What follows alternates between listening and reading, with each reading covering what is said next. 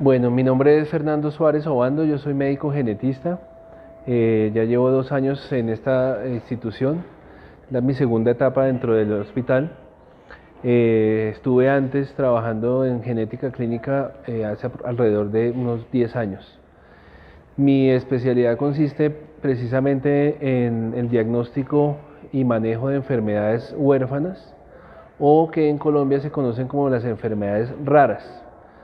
Eso hace referencia a que son enfermedades infrecuentes, es decir, que la prevalencia de la enfermedad es de menor a 1 en 5.000 personas o, según otras definiciones, menor a 1 en 2.500 o 2.000 o 3.000 personas.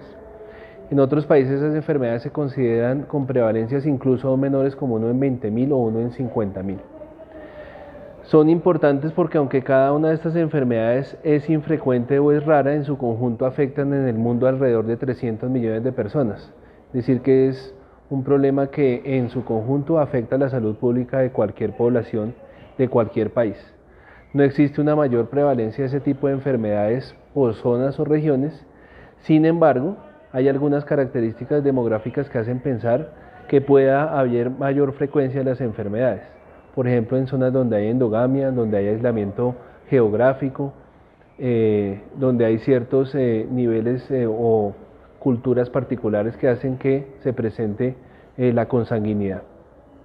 Es muy importante detectarlas a tiempo, dado que la mayoría de las enfermedades raras tienen una promedio de diagnóstico que puede alcanzar hasta los 9 o los 15 años en el mejor de los casos. ¿Eso qué quiere decir?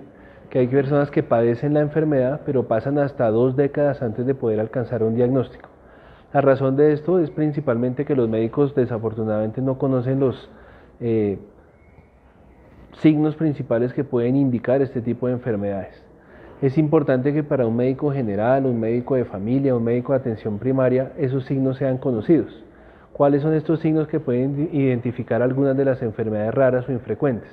Retardo del desarrollo psicomotor, pacientes que presentan malformaciones congénitas, pacientes que presentan signos clínicos atípicos de enfermedades comunes, por ejemplo, que tengan infecciones a repetición, que sean de difícil manejo, que presenten a lo largo de su desarrollo psicomotor alteraciones en la audición o en la visión, que presenten epilepsias que sean de difícil manejo, epilepsias refractarias, es decir, signos clínicos que sean atípicos a las patologías que usualmente se presentan en los perfiles epidemiológicos de este grupo etario pediátrico.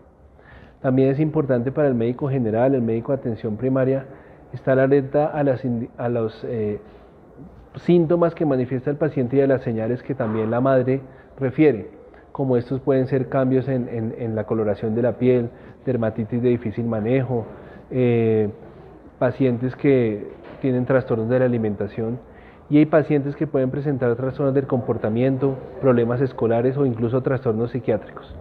Este tipo de problemas usualmente se aducen a enfermedades generales, pero pueden ser signos importantes de enfermedades huérfanas o enfermedades raras.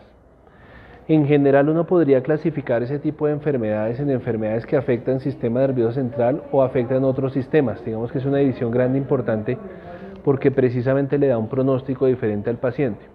Dentro de esos grupos hay enfermedades que llamamos también errores innatos del metabolismo, que se destacan porque tienen manifestaciones clínicas atípicas y que a veces incluso pueden ser poco llamativas para un pediatra, por ejemplo, pero que tienen un gran impacto en la salud del paciente. Como les dije, tener este tipo de signos clínicos y alertas es importante para una detección temprana. Hace relativamente poco tiempo las intervenciones farmacológicas o incluso terapéuticas eran escasas, pero hoy en día prácticamente todas las enfermedades infrecuentes, raras o enfermedades huérfanas tienen algún tipo de tratamiento y muchas de ellas ya tienen tratamiento farmacológico. Es decir, que eso hace la diferencia entre tener un diagnóstico y tener un tratamiento farmacológico. También es importante destacar que el tratamiento farmacológico no es lo único importante en el manejo, sino que existen otra serie de intervenciones terapéuticas que mejoran el pronóstico de la enfermedad. Importante también tener en cuenta que las enfermedades huérfanas no solo afectan a la población pediátrica, también afectan a la población adulta. Y ese tipo de enfermedades tienen manifestaciones aún más atípicas. Puede darse el extremo de manifestaciones psiquiátricas en errores innatos del metabolismo en personas adultas, o enfermedades neuromusculares que usualmente afectan a los niños como las distrofias, pero que tienen manifestaciones tardías en los adultos.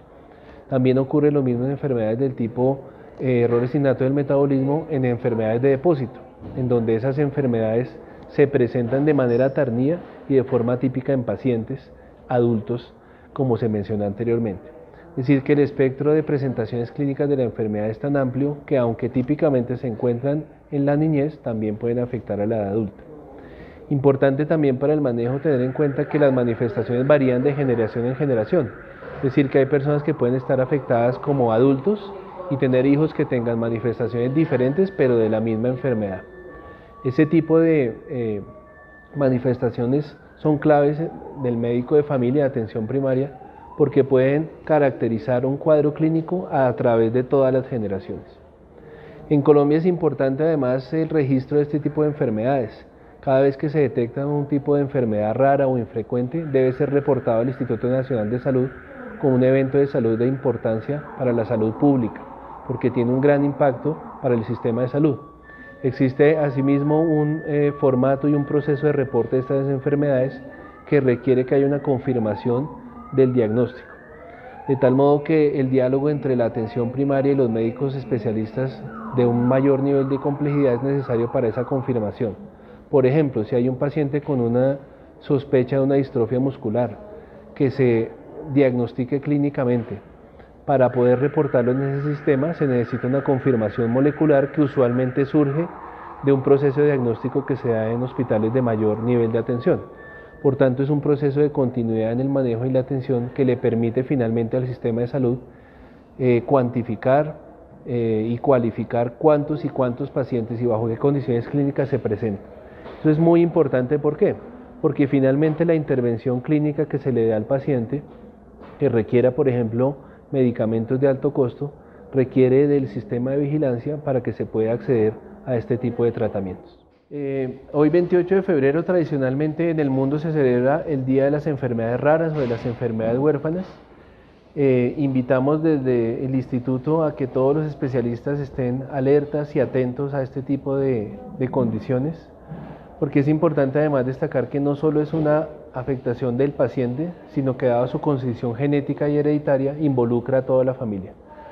Insisto en que a pesar de que la prevalencia en términos epidemiológicos sea baja, el impacto en la salud pública es muy alto, porque precisamente las intervenciones hacen que las enfermedades se hayan convertido en enfermedades crónicas que afectan varias generaciones y que usualmente están ligadas a medicamentos de alto costo y tratamientos de estancias prolongadas o tratamientos e intervenciones crónicas. Insisto en que es importante para este tipo de pacientes mejorar la capacidad diagnóstica que tengamos, que desafortunadamente en la mayoría de los casos es una odisea que lleva años para poder alcanzar un diagnóstico.